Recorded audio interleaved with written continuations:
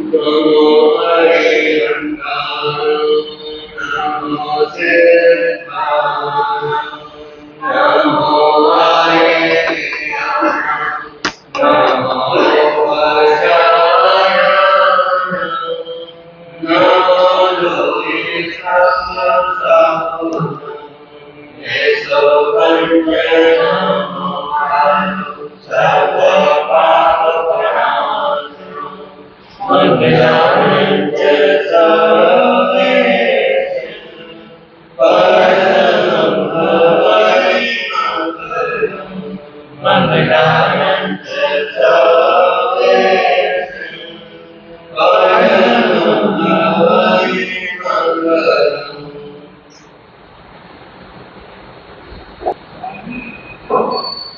बोलिए श्रवण भगवान महावीर स्वामी की। हे वीर प्रभु तेरा नाम मैं चित्त में बसाऊंगा। हे वीर प्रभु तेरा मैं चित्त में बसाऊंगा। मेरे मन में बसा करना गुण गान में गाऊंगा। है वीर प्रभु तेरा नाम मन में बसा। प्रभु प्यास बुझा देना प्यासी अखियन की। प्रभु प्यास बुझा देना प्यासी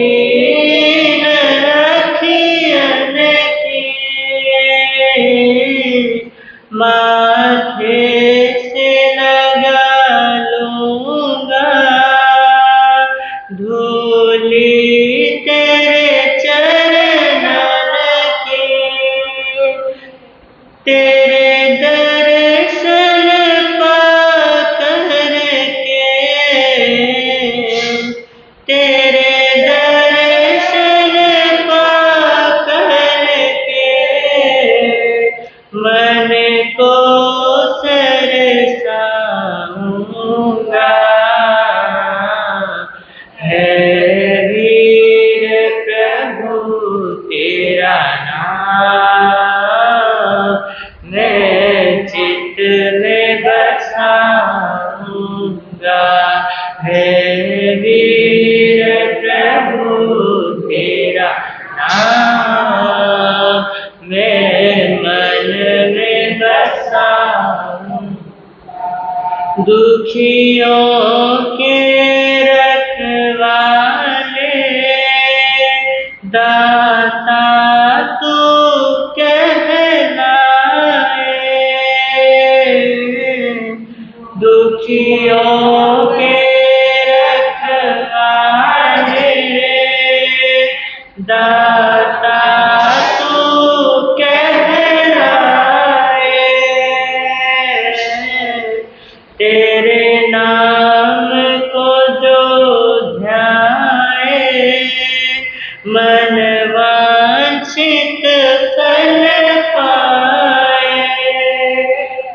चरणामृत ले करके चरणामृत ले करके मेरे पाप मिटाऊंगा। है वीर प्रभु तेरा नाम मैं चित्त में बसाऊंगा। है वीर प्रभु तेरा नाम मैं चित मेरे मन में बसा करना, मेरे मन में बसा करना, गुण गान में गाऊंगा। हे वीर प्रभु तेरा नाम मैं चित में बसा हूँ। प्रभु पावन नाम तेरा, करुणा के सागर को। प्रभु पावन नाम तेरा, करुणा के सागर को।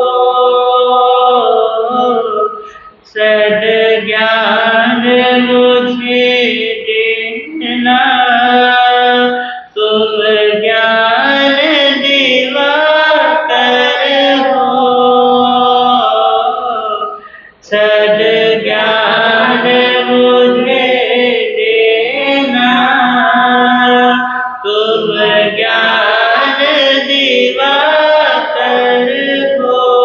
लेकर सरधा दिल में, लेकर सरधा दिल तेरे दर पे आऊंगा। है वीर प्रभु तेरा नाम मैं मन में बसाऊंगा।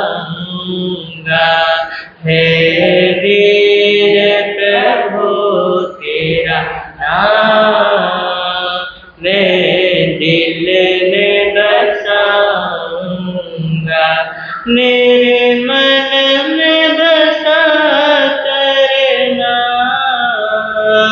मेरे मन में बसा करना, गुण गान में गाऊंगा।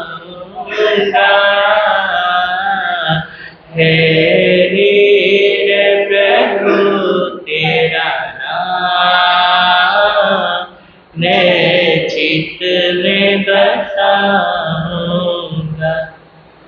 हे वीर प्रभु तेरा नाम मैं चित में बसाऊंगा।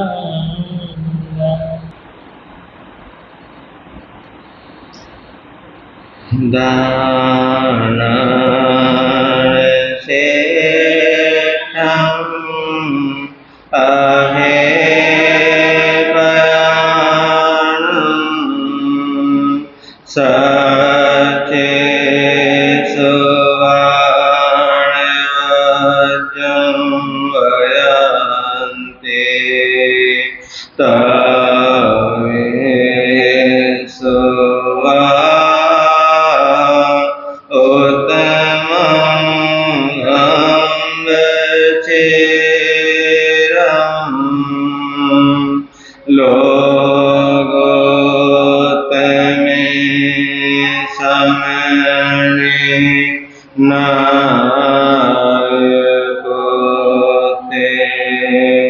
गुरु श्री राम मुनि जी को मेरा हो प्रणाम, जिनका जग में ऊंचा नाम, जिनका जग में ऊंचा नाम।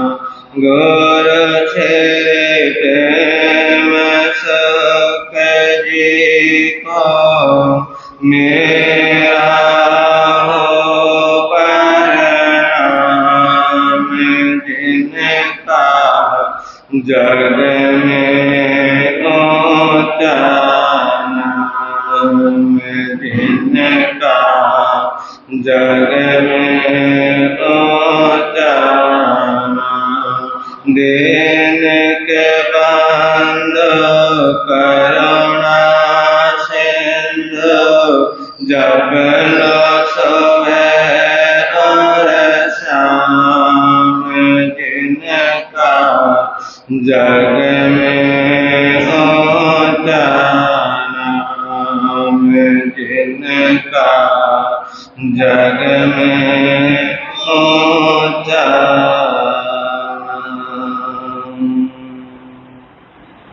सबसे पहले शासनपति श्रवण भगवान महावीर स्वामी की सदाकाल जय हो विजय हो। ध्यान दो कि आचार्य सम्राट पूज्य श्री शिव मुनि जी महाराज साहब, जिन शासन गौरव पूज्य गुरुदेव श्री राम कुमार जी महाराज साहब, परम सेवा भावी पूज्य गुरुदेव श्री प्रेम सुख जी महाराज साहब, महाश्रवण पूज्य गुरुदेव श्री सतीश मुनि जी महाराज साहब, संग्रतन उपाध्याय परवर पूज्य गुरुदेव श्री रविंद्र मुनि जी महाराज साहब, सर्वधर्म दिवाकर पूज्य गुरुदेव श्री रमणीक मुनि जी महाराज साहब, इन सभी गुरु भगवंतों की सदाकाल जय हो विजय हो। पाठ पर विराजित हिमाचल रतन पूज्य गुरुदेव श्री जितेंद्र मुनि जी महाराज साहब के चरणों में सशत वंदन। तेजस्वी उपस्थित धर्म प्रेमी बंधु तथा माता बहनों, आपके समक्ष कुछ देर के लिए कुछ कहूँ उससे पहले गीत की कुछ पंक्तियां हैं, सभी मिलकर बोलने का भाव रखेंगे, प्रयास करेंगे। और अगर हमारी जिंदगी में ऐसा कुछ है तो उसको निकालने का भाव रहेगा, प्रयास रहेगा, और हमारे को क्या करना है ये सोचने का विषय है। तो जागृत होकर जागृत अवस्था में गीत के भावों को समझने और गुनगुनाने का भाव आप सभी रखेंगे।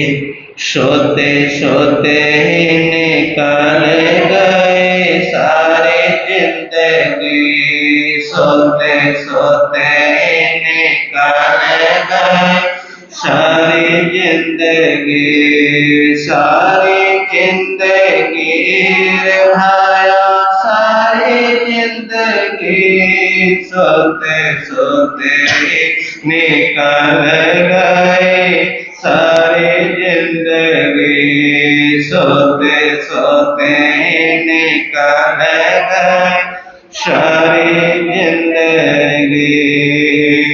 जन्म लेते ही इस धरती पर तूने रुदन मचाया, जन्म लेते ही इस धरती पर तूने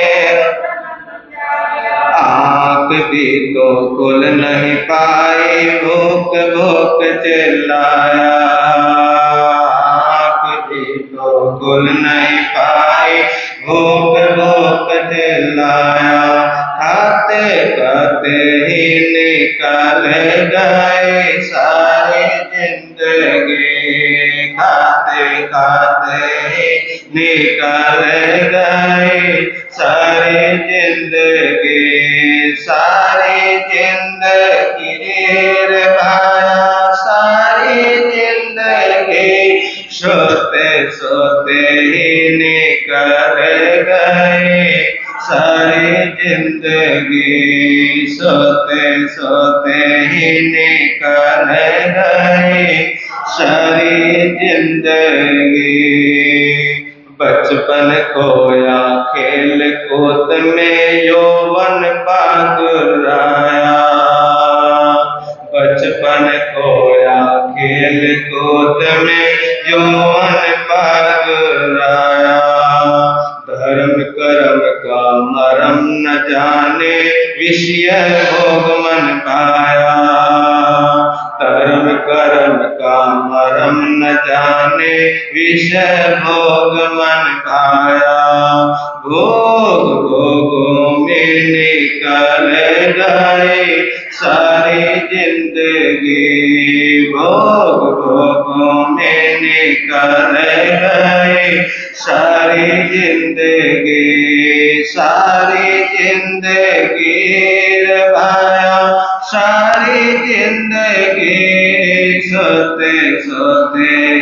निकल गए सारी जिंदगी, सोते सोते ही निकल गए सारे।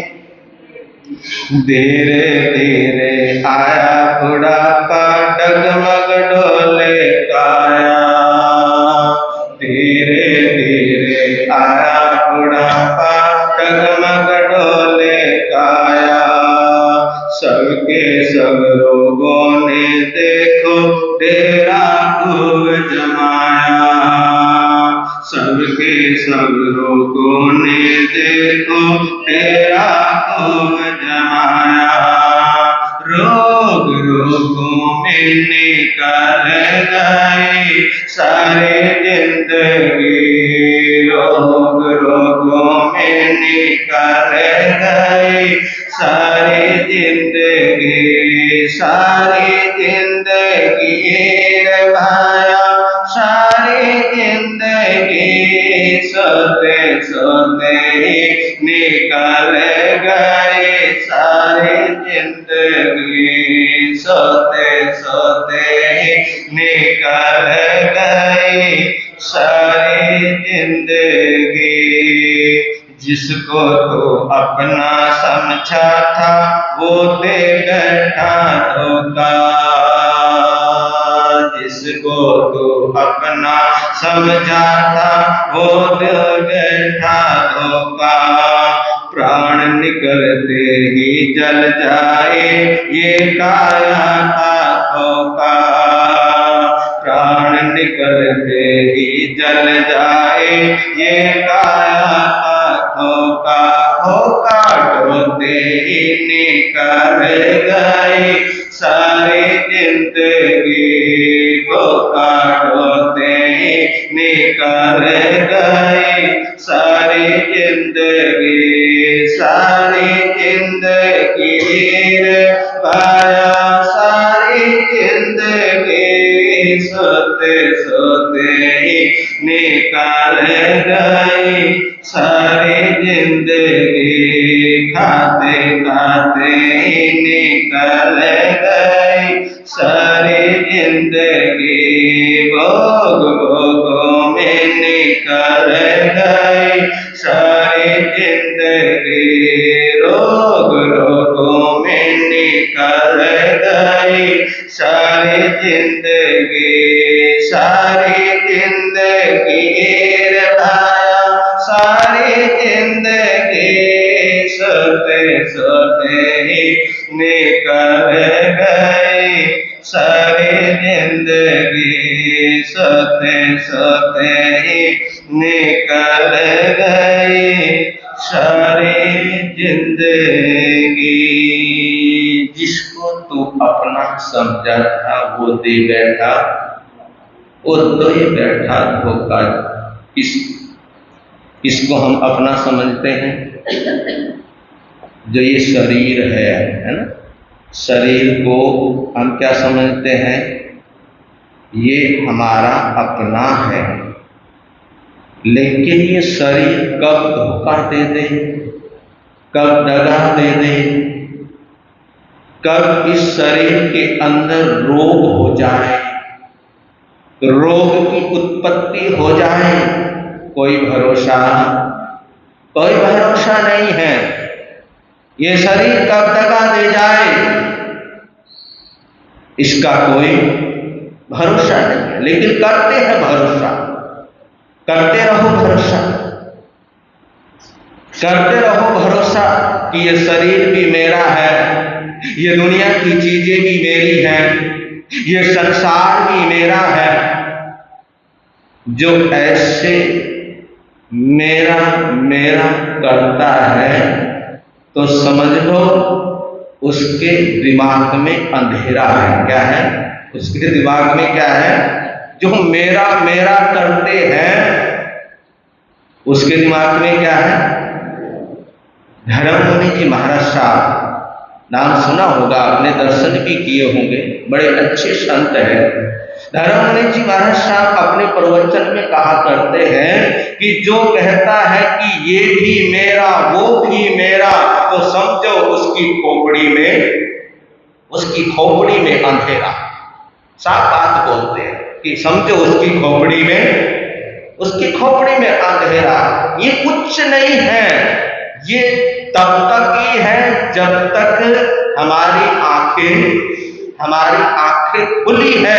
आंखें बंद हुई तो ये सारा खेल क्या हो जाएगा, ये सारा का सारा खेल समाप्त हो जाएगा। इसीलिए तो प्रभु ने बार बार अपने श्रावकों को, अपने साधकों को चेताया है, समझाया है कि समय मात्र का भी प्रमाद मत करो, क्योंकि कोई गारंटी नहीं भैया। जन्म लेने के बाद बचपन भी आए, बचपन के बाद ये गारंटी नहीं कि जवानी भी आए, और ये भी गारंटी नहीं कि बुढ़ापा भी आए। अगर बुढ़ापा भी आ गया, बुढ़ापे में आदमी का शरीर क्या हो जाता है, शिथिल हो जाता है। आदमी के शरीर के अंदर रोग हो जाते हैं, रोग घेरा डाल देते हैं, शरीर शिथिल हो जाता है, सुनना कम हो जाता है, दिखाई देना कम हो जाता है, इंद्रियां कमजोर पड़ जाती है। इसलिए कहते हैं कि जब भी मन के अंदर कुछ अच्छा करने के भाव आए तो उसे सुबह से शीघ्र उसी समय उसको क्या कर दो, उसको टाल दो। कल के ऊपर मत छोड़ो। अरे कल किसने देखा है कल, है ना, कोई भरोसा नहीं। शाम को सोया और सुबह उठ नहीं पाया, सुबह आंख नहीं खुल पाई। इसलिए कहते हैं कि इस जिंदगी का कोई भरोसा नहीं है।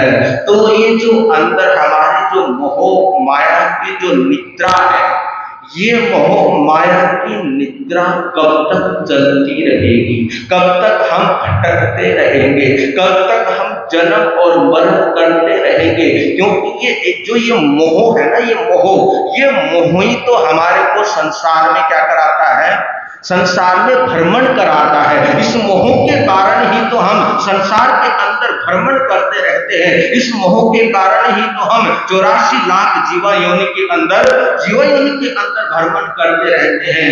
तो ये जो मोह है, संसार के प्रति जो आसक्ति है, ये आसक्ति ही हमारे संसार को बढ़ाती है, संसार को विस्तार करती है।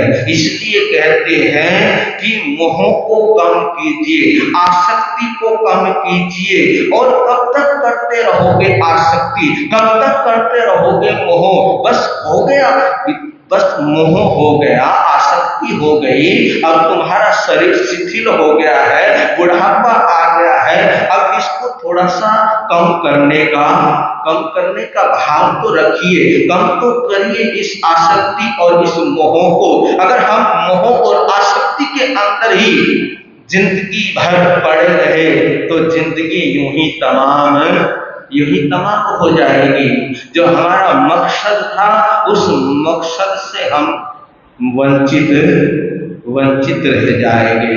तो आत्मा की बात चल रही है, मैत्री की बात चल रही है, अनुशासन की बात चल रही है। वो 5वां सूत्र जो आचार्यों ने दिया है, जो अनुशासन बतलाया है, और जिसका जीवन अनुशासित हो जाता है, समझ लीजिए फिर उसका भाव भी अनुशासित हो जाता है। जिसका जीवन अनुशासित हो गया, जिसके जीवन के अंदर मर्यादा आ गई, तो समझिए उसका जीवन अच्छा बनने की तैयारी में जुट गया। तो आत्मा के अनुकूल अथवा जीवन के अनुकूल व्यवहार को आत्मा अनुशासन कैसे कहते हैं? आत्मा के अनुकूल अथवा जीवन के व्यवहार के अनुकूल को क्या कहते हैं? अनुशासन कहते हैं। जिस आचार विचार से हमारी आत्मा ऊपर को उठे, जिस आचार विचार से हमारी जो आत्मा है वो आत्मा ऊपर को उठे। जब आत्मा ऊपर को उठती है तो उसे हम आत्मा अनुशासन कहते हैं। उसको क्या कहते हैं? जब आत्मा ऊपर को उठती है। और आत्मा कब ऊपर को उठती है? जब अंदर से मोह माया छल कपट ईर्ष्या राग द्वेष की भावना जब कम होती है तो आत्मा फिर निर्मल होती है, आत्मा फिर शुद्ध होती है, आत्मा फिर पवित्र होती है। जब आत्मा ऊपर की ओर उठती है तो उसे हम आत्मा अनुशासन कहते हैं। ऐसा अनुशासन आत्मा को परमात्मा बनाने की कला सिखाता है। ऐसा अनुशासन आत्मा को परमात्मा बनाने की कला सिखाता है। इंसान से महान बना देता है अनुशासन। और अनुशासन गुरु से शिष्य को मिला देता है। गुरु से शिष्य को क्या कर देता है? अनुशासन मिला देता है। तो अनुशासन कोई छोटा मोटा शब्द नहीं है, बहुत महत्वपूर्ण शब्द है ये अनुशासन। अगर इस शब्द पर हमने थोड़ा सा भी गौर कर लिया, थोड़ा सा भी चिंतन कर लिया तो हमारा जीवन अनुशासित हुए बिना नहीं रहेगा। कल एक बिंदु पर मैंने बात छोड़ी थी कि जैनम जेति शासनम ये महत्वपूर्ण शब्द है। इस पर थोड़ा सा चिंतन कीजिए, इस पर मनन कीजिए कि जैनम जेति शासनम, धर्म का भी अनुशासन होता है। किसका अनुशासन होता है? धर्म का भी अनुशासन होता है। देखिए जैन किसे कहते हैं? जो जैन हम अपने साथ लेकर घूमते हैं, जो जैन शब्द लेकर हम अपने साथ घूमते हैं, चलते हैं, फिरते हैं, तो ये सोचिए, चिंतन कीजिए, मनन कीजिए कि जो ये जैन शब्द है एक छोटा सा शब्द है, लेकिन ये शब्द छोटा नहीं है। इसके अंदर बहुत विशालता है। इसके अंदर बहुत गहनता है। अगर इस जैन शब्द के ऊपर हम चिंतन करते हैं, मनन करते हैं, तो जैन किसे कहते हैं? जैन उसको कहते हैं जो जैन धर्म के नियमों का पूर्णतः क्या करते हैं? जो जैन धर्म के नियमों का पूर्णतः क्या करते हैं? पालन करते हैं। पालन करने वाले को, जैन धर्म के नियमों को पूर्णतः पालन करने वाले को जैन कहते हैं या जैन कहलाता है। जो जैन धर्म के नियमों से अनुशासित होता है, जो अपने जो नियम है, जो धर्म के नियम है, जो परमात्मा ने जो नियम दी है, जो नियम बतलाए हैं, अरिहंत परमात्मा ने जो नियम बतलाए हैं, उन नियमों के अनुसार जो चलता है, जो जैन धर्म के नियमों से अनुशासित है, जो बंधा होता है, उसी को क्या कहते हैं? उसको हम जैन कहते हैं। ये समझने वाला तत्व है, ये जानने वाला तत्व है, ये पहचानने वाला तत्व है। इस तत्व के चिंतन मनन करने का ये तत्व है। देखिए संप्रदाय का भी अनुशासन होता है ना? संप्रदाय धर्म, तो संप्रदाय का भी अनुशासन होता है। धर्म संप्रदाय कभी स्वच्छंदता नहीं सिखाता। धर्म जो होता है, धर्म संप्रदाय कभी स्वच्छंदता नहीं सिखाता। धर्म ये कोई भी धर्म ये नहीं कहता, कोई भी संप्रदाय ये नहीं कहती कि जो तुम्हारे मन में है तुम वो करो। कोई भी आजादी नहीं देता, कोई भी स्वतंत्रता, कोई भी धर्म स्वतंत्रता नहीं देता, कोई भी धर्म इजाजत नहीं देता कि जो तुम्हारे मन में है तुम वो करो भैया। है चाहे पाप करो, चाहे हिंसा करो, चाहे झूठ बोलो, चाहे चोरी करो, कोई भी धर्म ऐसा उपदेश नहीं देता। कोई भी धर्म स्वच्छंदता नहीं सिखाता और ये संदेश कभी नहीं देता। कोई भी धर्म हो, चाहे वो ये नहीं कहता कि तुम किसी के साथ बुरा व्यवहार करो, है ना। कोई भी धर्म ये नहीं कहता कि तुम किसी के साथ क्या करो, तुम किसी के साथ बुरा व्यवहार करो, तुम किसी के साथ ठगी करो, तुम किसी को धोखा दो, तुम किसी को उजाड़ो, तुम किसी को गाली दो। ये धर्म कभी नहीं कहता। जो सच्चा आराधक होता है इन चीजों से वो दूर रहता है। जो सच्चा आराधक होता है, जो सच्चा उपासक होता है, इन चीजों से वो हमेशा क्या रहता है, हमेशा वो दूर रहता है। कोई भी धर्म शासनहीनता नहीं सिखाता कि तुम अपने धर्म की हीनता करो, है ना, तुम अपने धर्म की हीनता करो। कोई भी धर्म ऐसा नहीं कहता है। देखिए, आप जैन किसे कहते हो?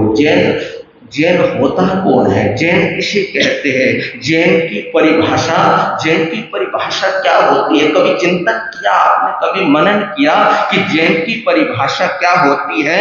वैष्णव की और ब्राह्मणों की, शिव की, बौद्ध की, सिख की, ये जो धर्म है ये सब क्या है? वैष्णव क्या है? वैष्णव धर्म है ना। और ब्राह्मण क्या है? ब्राह्मणों का भी धर्म है, सिख धर्म है, बौद्ध धर्म है। तो ये सिख की, ये बौद्ध धर्म की, सिख धर्म की, वैष्णव धर्म की, इन सब की क्या क्या परिभाषा है? कभी चिंतन कीजिए, कभी मनन कीजिए, अपने अंतर मन में झांक कर देखिए कि आपने जैन घराने में जन्म लिया है। किसमें लिया है आपने जैन घराने में जन्म लिया है। आपका जन्म जैन घराने में हुआ है और जैन घराने में जन्म होने का मतलब है कि आपने कभी देव गुरु धर्म के प्रति आपने क्या रखी होगी? आपने श्रद्धा रखी होगी, आपने आस्था रखी होगी, आपने पुण्य का उपार्जन किया होगा, आपने पुण्य का बंद किया होगा, कुछ ऐसा कार्य किया होगा, आपने जीव दया पाली होगी, आपने अपने जीवन के अंदर दया की होगी, करुणा की होगी, मैत्री भाव का पालन किया होगा। तो जैन धर्म में जन्म लेना कोई बहुत बड़ी बात होती है। जिस धर्म के अंदर एक चींटी को भी मारने में क्या है? पाप बतलाया है। तो उस धर्म में हमने क्या लिया है? उस धर्म के अंदर हमारा जन्म हुआ है, हमने जन्म लिया है। जैन घराने में जन्म लिया, इसलिए मैं क्या हूं? बोलो। हमने जैन घराने के अंदर क्या लिया? जन्म लिया। तो इसलिए मैं क्या हूं? इसलिए मैं जैन हूं, क्योंकि मेरा जन्म कहां हुआ है? जैन घराने के अंदर हुआ है। तो हम कह देते हैं कि मैंने जैन घराने के अंदर जन्म लिया है, तो इसलिए मैं क्या हूं? इसलिए मैं जैन हूं। शिव के घर मैंने जन्म लिया है, तो हम शिव के क्या बन गए? हम शिव के आराधक बन गए, हम शिव के पुजारी बन गए, हम शिव के पुजारी हो गए। मेरी माँ ने मुझे जन्म दिया है, इसलिए मैं क्या हूँ? इसलिए मैं जैन हूँ। अपने अंतर में झांक कर देखना, अपने अंतर मन को टटोल कर देखना, अपने अंदर थोड़ी सी डुबकी लगाकर देखना, थोड़ी सी चिंतन मनन की तुला पर तोल कर देखना कि कहते कि भगवान बुद्ध के उपासकों के घर जन्म लेने से कोई बुद्ध नहीं हो जाता। कोई क्या नहीं हो जाता? भगवान बुद्ध के उपासकों के घर के अंदर जन्म लेने से कोई बुद्ध नहीं हो जाता। जिन्होंने सब प्रकार से अपने आप को जीत लिया है, जिन्होंने अपने आप को जीत लिया है, सब प्रकार से अपने आप को जीत लिया है, वही क्या होता है? वही जैन कहलाता है, वही जैन होता है जिन्होंने राग द्वेष को पूर्णतः जीवन की भूमि से उखाड़ फेंका है। अपने जीवन के अंदर से जिन्होंने राग और द्वेष को निकाल दिया है, किंचित मात्र भी जिसके जीवन के अंदर छोटे और बड़े की भावना न हो, राग और द्वेष की भावना न हो, आत्म सरोवर में ज्ञान का कमल जिन्होंने खिला दिया है, जिन्होंने मुक्ति शिला पर हस्ताक्षर कर दिए हैं, ऐसे वीतराग देव के उपासकों को क्या कहते हैं? ऐसे अरिहंत देव के उपासकों को, वीतराग देव के उपासकों को, जो उनकी उपासना करते हैं, जो वीतराग परमात्मा को मानते हैं, ऐसे उपासकों को जैन कहते हैं। और जब तक ये हमारे अंदर बना रहेगा, ये छोटे और बड़े का भेद बना रहेगा, राग और द्वेष हमारे अंदर बहता रहेगा, राग और द्वेष हमारे अंदर आता रहेगा, तब तक हम वीतराग परमात्मा की भक्ति भी नहीं कर सकते। अगर हम भक्ति भी कर रहे हैं तो हम वीतराग परमात्मा के उपासक नहीं हो सकते। अरे इतना तो भाव लाइए, इतना तो सोचिए, इतना तो चिंतन मनन कीजिए कि जिनकी हम भक्ति कर रहे हैं, जिनकी हम उपासना कर रहे हैं, जिनके हम आराधक हैं, उनके आराधक होकर हमारे मन के अंदर भेदभाव आए, हमारे मन के अंदर राग और द्वेष की भावना आए, तो ये भक्ति तो निरर्थक हो जाएगी। जिन्होंने सब कुछ जीत लिया है, जिन्होंने सब कुछ जीत लिया है, तुलना करो उनसे, तुलना करो कि तुमने क्या क्या जीता है। उन्होंने तो क्या कर लिया है? जो अरिहंत हो गए, जो सिद्ध हो गए, जिनके हम अनुयायी हैं, उन्होंने तो क्या कर लिया है? उन्होंने तो सब कुछ क्या कर लिया है? सब कुछ जीत लिया है। लेकिन तुलना करो कि हमने क्या जीता है। हम महाव्रतों की आराधना करते हैं। किसकी करते हैं? महाव्रतों की आराधना करते हैं। कितने हैं महाव्रत?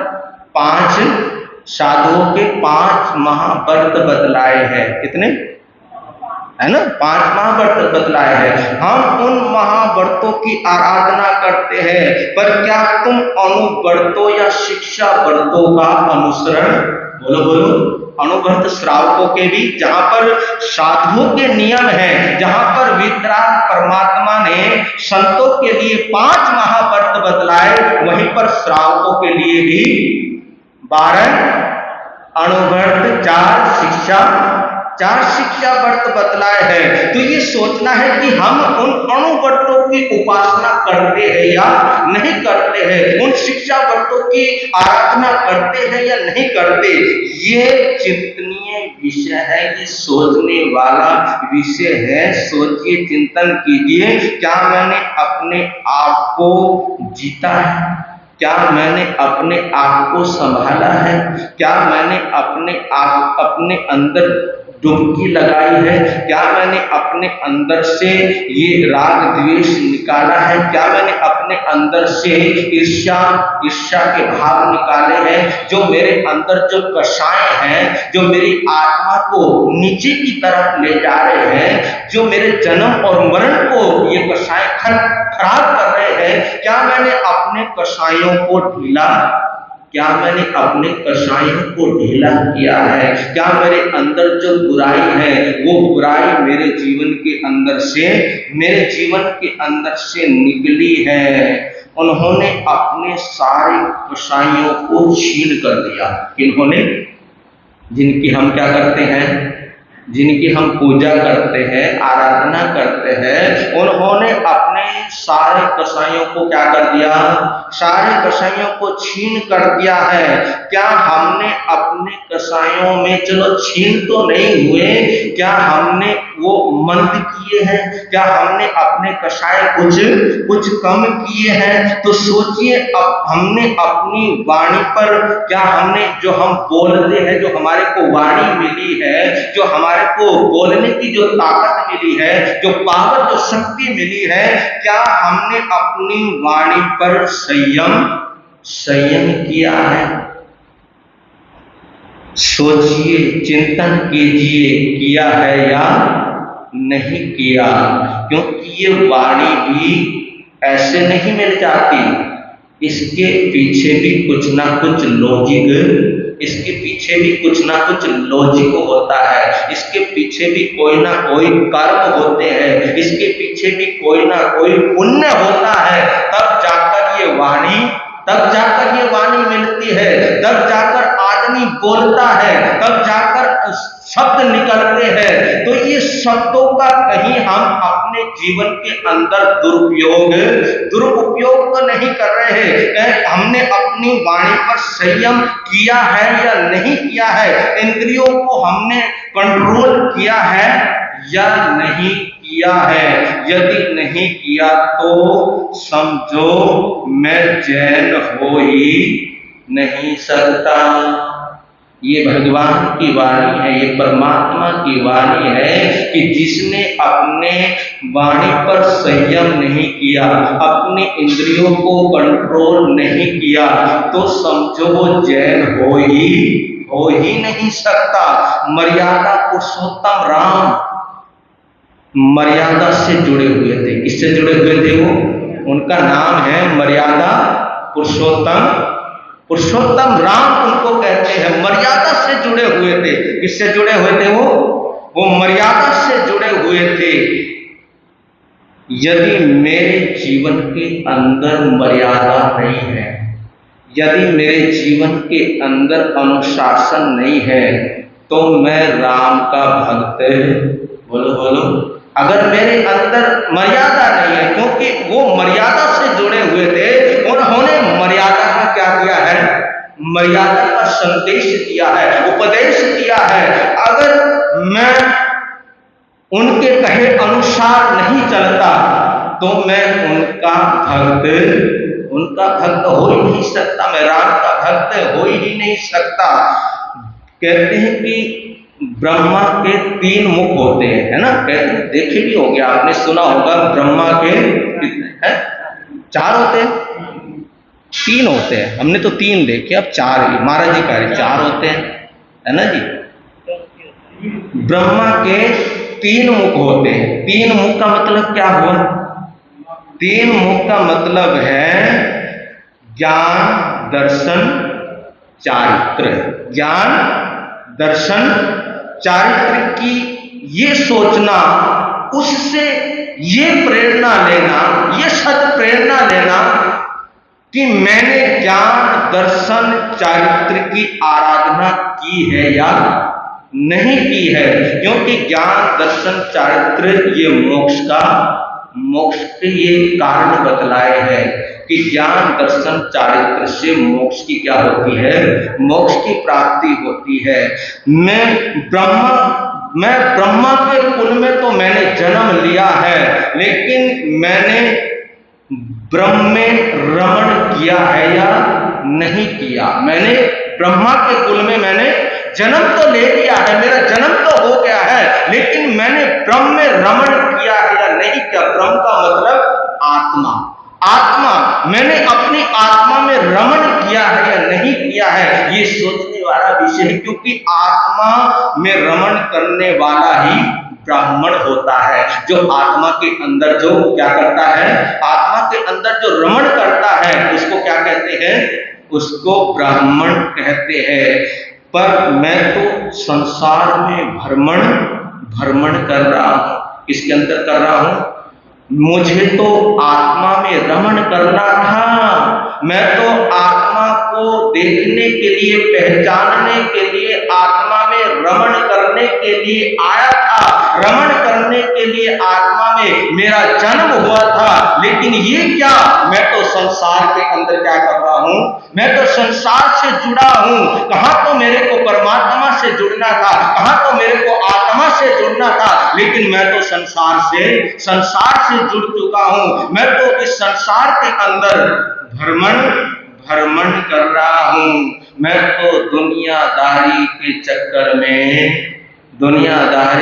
चक्कर में फंसा हूं। मैं दूसरों के जख्मों पर मरहम लगाना भूल गया, बल्कि दूसरों को रुलाने का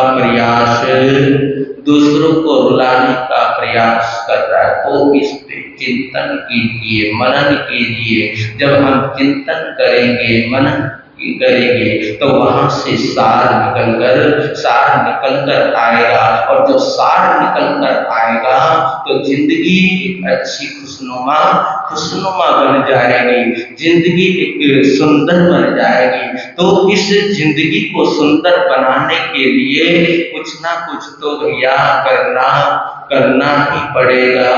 आत्म रमण तो करना ही पड़ेगा। अगर आत्म रमण नहीं किया तो आत्मा से हम परमात्मा नहीं हो पाएंगे। ऐसे ही दुनिया के चक्कर में, दुनियादारी के चक्कर में पड़े रहेंगे। तो अपने जीवन को, अपनी आत्मा को अगर ऊपर उठाना है तो आत्म रमण तो करना ही पड़ेगा। जो गम किसी को हमने दिए, वो गम तो हमको लेने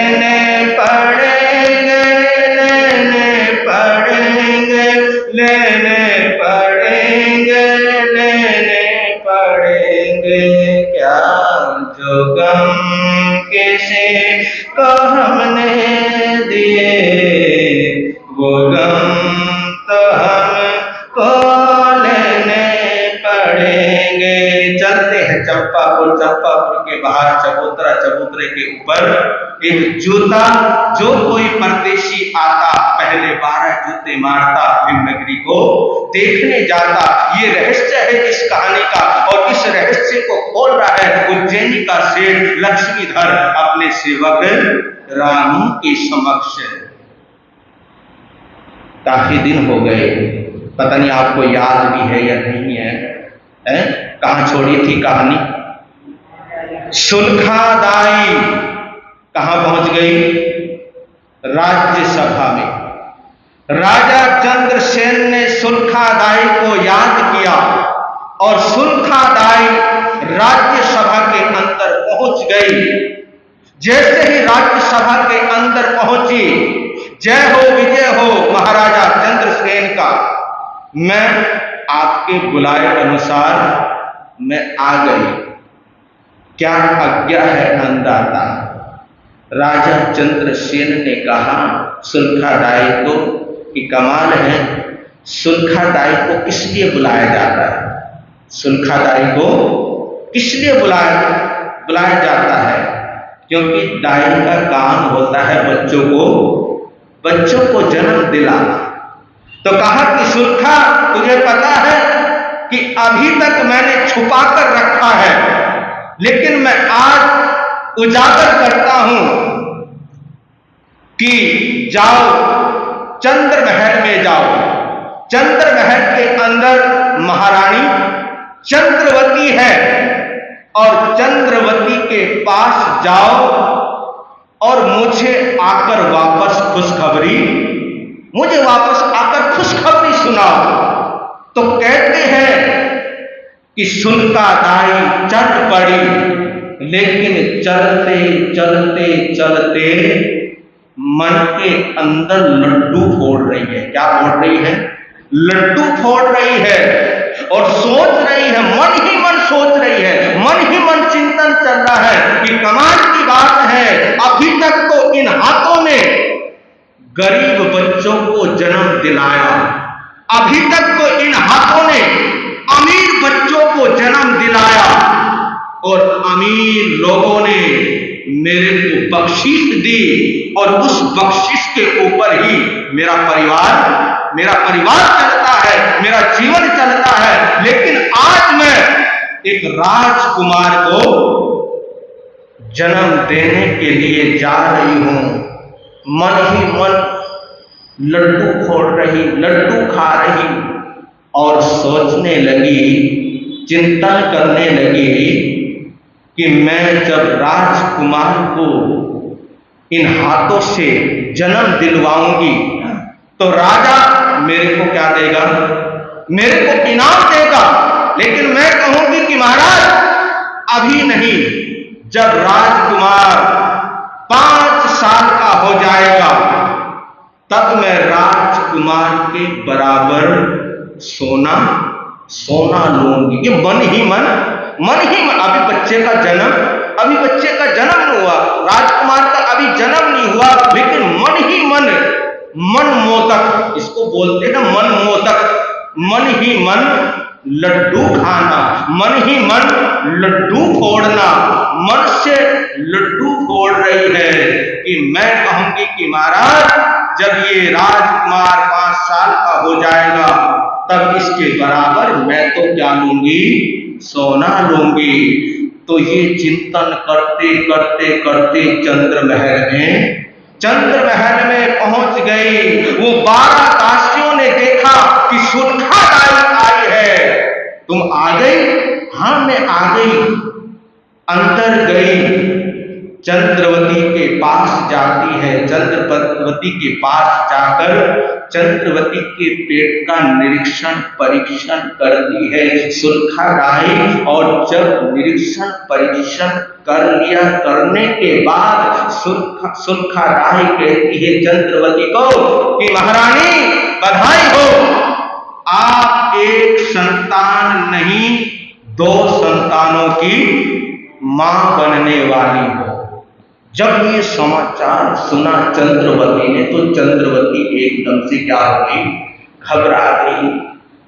तो ऐसे कह रही है, अरे जब एक बच्चे का जन्म होता है मां को कितनी प्रसव पीड़ा होती है, कितनी वेदना होती है, और यहाँ तो 2 बच्चों का जन्म हो रहा है।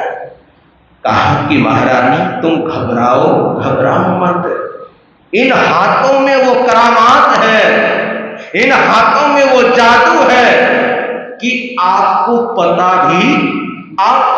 भी नहीं लगेगा कि कब बच्चों का जन्म हो गया। बस थोड़े ही दिन की बात है, 20 दिन की बात है, और 20 दिन के बाद तुम क्या हो जाओगी?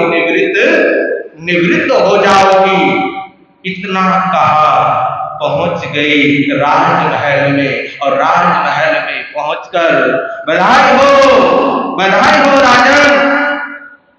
क्या हुआ कि राजन तुम एक बच्चे का नहीं 2 बच्चों के तुम क्या बनोगे? तुम बाप को बनोगे। जैसे ही राजा ने ये शब्द सुने, इन शब्दों को सुनकर राजा के चेहरे पर इतनी खुशी आई, इतनी प्रसन्नता आई, और इधर उधर देखने लगा राजा। गले के अंदर हार था, हीरे का हार था, और वो हीरे का हार अपने गले के अंदर से निकाला, सीधा फेंक दिया सुनखा दाई के पास। और कमाल की बात है, सुनखा दाई ने उसको ऐसे कैच किया जैसे कोई खिलाड़ी बाउंड्री पर क्या करता है?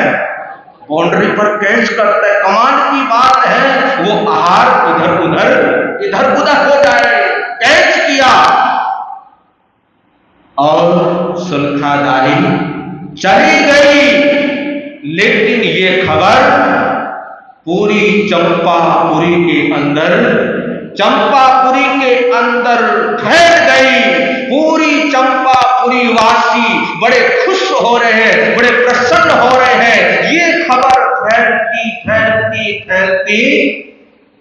रानीवास महल के अंदर, जहां पर 12 रानियां रहती थी, ये खबर उन 12 रानियों के पास भी 12 रानियों के पास भी पहुंची। रतन मंजरी आई, विद्युत लता से कहा कि बहन तूने कुछ सुना है?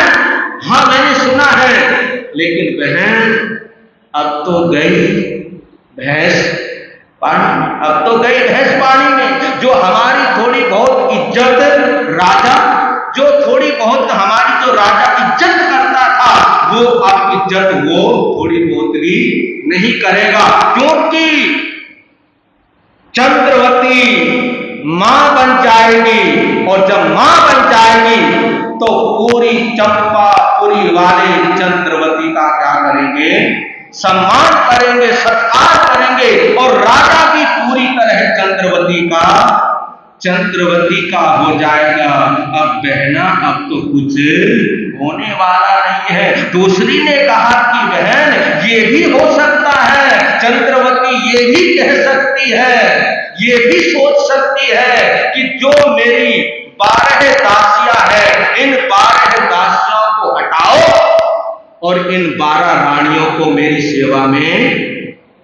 सेवा में लगाओ, ये भी हो सकता है। तो विद्युत लता ने कहा कि नहीं, ऐसा और भी कुछ हो सकता है। विद्युत लता ने कहा कि अभी कुछ नहीं बिगड़ा, और भी कुछ हो सकता है। मेरे दिमाग के अंदर एक आइडिया आया। विद्युत लता क्या बोली कि मेरे दिमाग के अंदर एक आइडिया आया है। वो आइडिया कौन सा आया है, इसकी चर्चा फिर करेंगे। वीर नाम के हीर मोती, गुरु नाम के हीर मोती, मैं बिखराऊं गले गले, ले लो रे कोई राम का प्यारा, शोर मचाऊं गले गले, ले लो रे कोई गुरु का प्यारा, शोर मचाऊं गले गले, हो शोर मचाऊं गले गले। विमला भोए लभंते सुर संपया, लभंते पुत्र मृतं च एगो धम्मो न लभे। जय विजय हो जिन शासन के, जय विजय आचार्य भगवंत के अनंत अनंत उपकारी प्रभु महावीर स्वामी का असीम आस्था के साथ कोटि से वंदन नमस्कार करते हुए, आचार्य भगवंतों को वंदन नमन करते हुए, गुरु भगवंतों को वंदन नमस्कार करते हुए, धर्म प्रेमी श्रोता, आप हमारे मधुर वक्ता सेवा श्रवण रचित मुनि महर्षि साहब के मुखारबिंद से अनूठी शैली में इनके विचार सुन रहे हैं, जिन वाणी का श्रवण कर रहे हैं। और मेरे आपके समक्ष प्रसंग चल रहा है ब्रह्मचर्य पर। तावेशु व उत्तमम ब्रह्मचर्यम, कि तप की कितनी बड़ी महिमा बताई गई है। लेकिन ब्रह्मचर्य का पालन करने वाली को शूरवीर हुआ करते हैं। आप जानते ही हैं, विश्वामित्र बहुत बड़े तपस्वी थे, वर्षों तक वो साधना करते रहे, लेकिन मेनका के रूप में आसक्त होकर के वो भी फिसल गए हैं और विषय भोगों के शिकार बन गए थे। ऐसे ही एक उदाहरण आते थे, एक तपधारी संत थे, वो वृद्ध हो चले हैं और एक बार कहते हैं वो मंदिर में रहते थे, अकेले रहते थे। एक नौजवान लड़की उधर से गुजर रही थी, उसको रूप को देख करके वो उस पर आसक्त हो गए और पीछे पीछे चल पड़े। जब वो घर में पहुंची, उसने पीछे आते उस संत को देखा, उनको क्रोध आ गया, गुस्सा आ गया, नफरत आ गई और वो दरवाजे से अंदर जाने लगी। और वो संत भी जैसे ही उसने दरवाजे से अंदर को जाने की कोशिश की और उस नारी ने एकदम दरवाजा जो है जोर से बंद कर लिया। भारी भरकम दरवाजा था और उसके सिर में लगा और वहीं पर मर गए वो। और इसी प्रकार से बहुत सारे प्रसंग आते, जबकि वो मुनि जितेंद्रिय कहलाते थे, वृद्ध हो चले थे। कहते हैं कि इच्छा कामना कभी भी वृद्ध नहीं होती है। व्यक्ति वृद्ध हो जाता है, लेकिन जो इच्छा कामना है ये वैसे ही बनी रहती है। इसलिए शील सदाचार का पालन करना बड़ा ही दुष्कर बताया है। ऐसे बहुत सारे प्रसंग हैं। ऐसे एक प्रसंग हमारे स्थूलीभद्र जी का आता है, आपने सुना ही है। पाटलिपुत्र के राजा नंद के दरबार में शकदार मंत्री थे। उनके दो पुत्र थे, श्रीयक और स्थूलीभद्र। स्थूलीभद्र बड़ा लड़का था और घर में कोई कमी नहीं थी। सत्ता थी, धन था, लेकिन सत्ता के नशे में, धन के नशे में वो मद हो चुका था और वो बेशे के वहां, कोशा बेशे के वहां पर रहने लग गया। कोशा बेशे पर इतना आसक्त था, कहते हैं कि जल के बिना मछली हो सकता है जिंदा रह रहे, लेकिन वो कोशा बेशे के बिना नहीं रह सकता था, अलग रह ही नहीं सकता था। इतना आसक्त, मोह मूर्छित था वो। और ऐसे ही, लेकिन कहते समय एक जैसा नहीं होता है। इधर शकदार की जब मृत्यु हो गई तो राजा ने श्री यक्ष से कहा कि आप अपने पिता के गद्दी पर बैठ के, यानी कि मंत्री पद को स्वीकार कर लो। श्री यक्ष ने कहा कि राजन, आपकी मेरे ऊपर बहुत कृपा है, मेरा बड़ा भाई स्थूलीभद्र है, यदि आप इस पद पर उनको आसीन कर दें तो बहुत अच्छा रहेगा।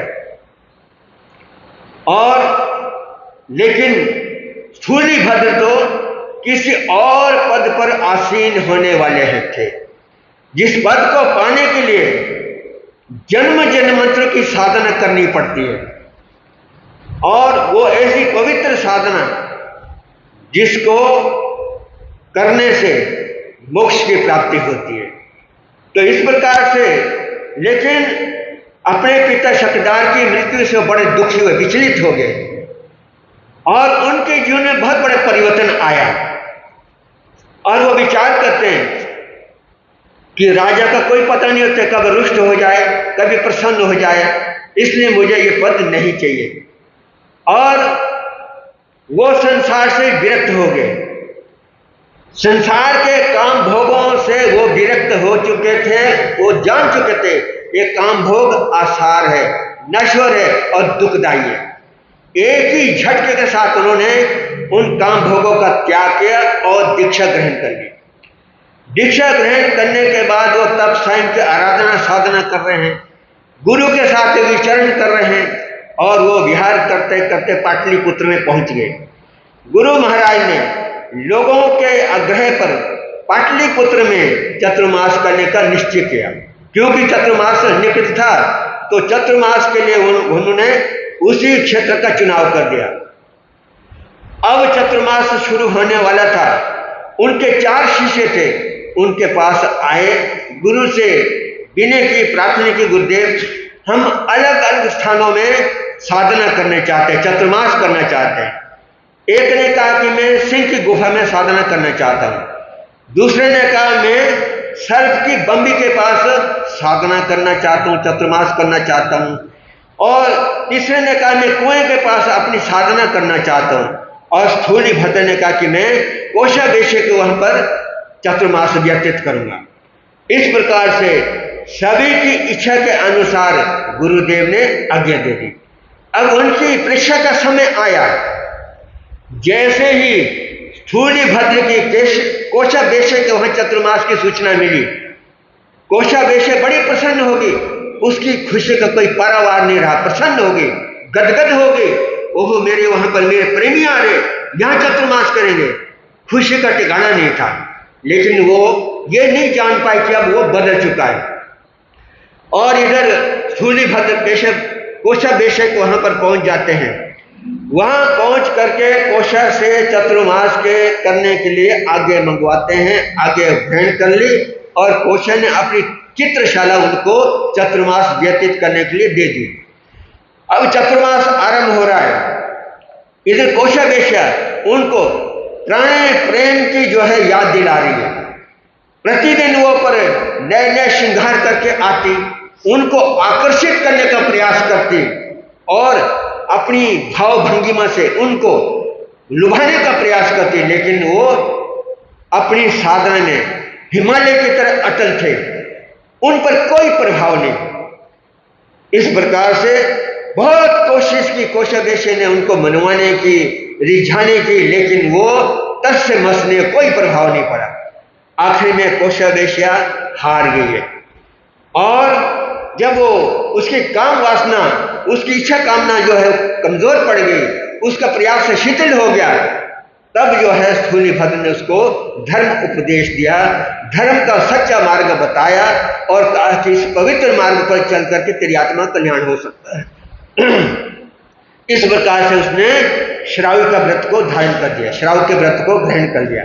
अब वो 12 व्रतधारी श्राविका बन गई। चतुर्मास संपन्न हुआ और सभी अपने अपने क्षेत्रों से विहार करके गुरु चरणों में पहुंच गए। सिंह की गुफा में चतुर्मास करने वाले संत भी आए, सांप की बम्बी के पास चतुर्मास करने वाले संत भी आए और कुएं के पास चतुर्मास करने वाले संत भी आए। तीनों संत जब वहां पहुंचे, गुरु ने कहा दुष्कर दुष्कर, यही तूने बड़े दुष्कर कार्य किया है। और जब स्थूलीभद्र आया, एकदम गुरु खड़े हो गए, हाथ आगे बढ़ाए, छाती से लगाया, कहा कि दुष्कर दुष्कर दुष्कर। एक बार नहीं, 2 बार नहीं, 3 बार ऐसा कहा, ऐसा संबोधन दिया। और ये संबोधन दे करके वो दूसरे संत एकदम विचलित हो गए, ईर्ष्या हो गई उनको। ओहो, हमने भी साधना की, इसने भी साधना की, ऐसे कौन से इसने फतेह कर दिया जो इसको इतनी शाबाशी दी है। और ईर्ष्या होने लगी, जलन होने लगी, क्योंकि गुरुजी ने उनको यानी कि प्रसन्न होकर 1 बार ने 3 बार शाबाशी दी कि तुमने बहुत ही कठिन कार्य किया। और इस प्रकार से फिर अगला चतुर्मास शुरू होने वाला था। अगला चतुर्मास शुरू होने वाला था, उसके बाद उन्होंने फिर जो सिंह की गुफा में चतुर्मास करने वाला था, उसने इच्छा जाहिर की मैं कोषाध्यक्ष को वहां पर चतुर्मास करूंगा।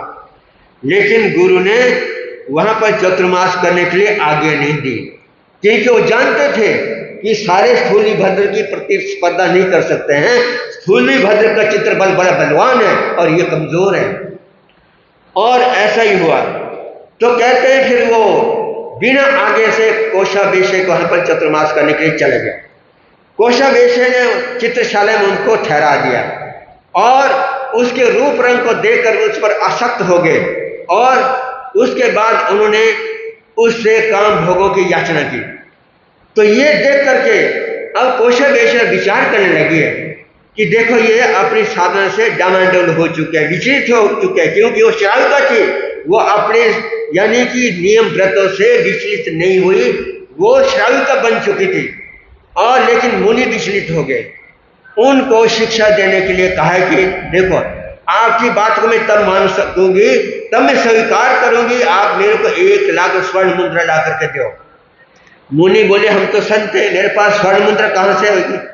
और फिर कोषा ने एक उपाय बताया कि नेपाल देश में राजा है, वो एक रतन कमल देते हैं, उसका मूल्य 1 लाख रुपया स्वर्ण मुद्रा है, तुम वहां जाओ रतन कमल लेकर के आओ। और वो भाव आवेश में था, काम आसक्त था, मोह मूर्छित था, वहां से चल पड़ा और पहुंच गया नेपाल में। राजा से जैसे तैसे कमल लिया और वापस लौटने लगा, रास्ते में चोरों ने लूट लिया। फिर दोबारा से गया, फिर दोबारा से कमल लेकर के आया, इस बार बांस में छुपा करके लाया, फिर चोर मिल गए। और तो चोरों के मिलने पर उसने कहा भाई मेरे पास तो कुछ नहीं, हम तो संत हैं, बच करके निकला, पहुंच गया पाटलिपुत्र में। पाटलिपुत्र में पहुंचा, कोषाध्यक्ष को कमल पकड़ाया लहकते और वो बड़ा खुश हो गया और उस अध्यक्ष ने कमल लिया और अशुचि में डाल दिया। ये देख करके उसको बड़ा दुख हुआ, ये क्या कर रही है, मैं इतनी मेहनत करके इतने दुख कष्ट उठा करके लिया, तुमने अशुचि में डाल दिया। तब उसकी आंखें खोलने के लिए वेश्या ने कहा कि देखो आप काम भोगों के कीचड़ के दलदल में गिर रहे हैं, क्या आपकी आत्मा मलिनी होती है? जिस काम भोगों को कीचड़ को आपने त्याग दिए, छोड़ दिया है, और फिर से आप उस कीचड़ को में फंसने की कोशिश करें, आप उस थुके को चाटना चाहते, धिक्कार है आपको। जिसको वामन कर दिया, थूक लिया है, और आप कुत्ते की तरफ से उसको चाटने की प्रयास कर, चाटने की कोशिश करें, दिखा रहे आपको। अब इस प्रकार से उसकी आंखें खुली, अपनी गलती का एहसास हुआ, होश में आए और विवेक जागा, प्रायश्चित लिया, पाप का प्रायश्चित करते हैं और फिर स्थूली भद्र को वहां से बंदा नमस्कार करते हैं। सच में सबसे श्रेष्ठ अगर है तो स्थूली भद्र है। मैं उनको यहीं से वंदन करता हूं, नमन करता हूं, क्योंकि वो साधना में बहुत आगे बढ़ चुके, ऊपर उठ चुके हैं। सच में गुरु ने उसकी जो प्रशंसा की है वो उसके योग्य है और पात्र है। और मैं इतना कमजोर निकला हूं, लेकिन इसलिए मैं उनको वंदना करता हूं, प्रायश्चित लिया। आखिरी में वो दोबारा से फिर जो है सुधर गया, अपने रास्ते पर आ गया। तो ये किसका उदाहरण है? ये यानी कि ब्रह्मचर्य का पालन करना इतना सरल नहीं है जितना कहना सरल है। कोई बिरले पुरुष होते हैं जिस मार्ग पर अपने शेर की तरह आगे बढ़ते हैं। तो इस प्रकार से आगे बहुत सारे प्रसंग आते हैं। अभी समय हो चुका आपका, आज इतने हो जाए।